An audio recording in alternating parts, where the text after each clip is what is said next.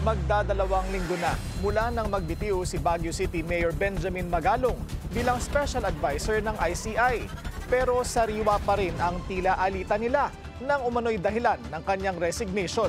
Yan ang agenda report ni Liza Bonzo. This will be my last time to answer these issues. Unang-una po, hindi ko po saklaw ang kanyang damdamin. Binuweltahan na ni Palace Press Officer Claire Castro ang pagtukoy sa kanya ni former ICI Special Advisor Mayor Benjamin Magalong bilang trigger ng resignation nito. Sagot ni Castro, hindi naman daw nito pinagre-resign si Magalong, kusa itong nagbitiw sa pwesto at wala siyang magagawa sa naging desisyon ng mayor. September 15, sinabi po ng Pangulo na siya po ay Special Advisor. Hinanapan po siya sa isang programa kung nasaan po ang kanyang mandato, ang papel patungkol po dito. Ang sinabi lamang po ni Mayor Magalong ay he just presumed that he is an investigator.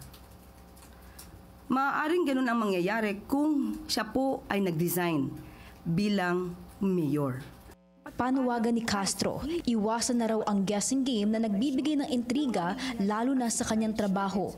Huwag din daw paingayin ni Magalong ang usap-usapang may naguutos kay Castro. Hamon nito, ilabas ng alkalde ang sinasabing naguutos sa kanya maliban sa Pangulo. Para sa agenda, Liza Bonzo, Billionaire News Channel.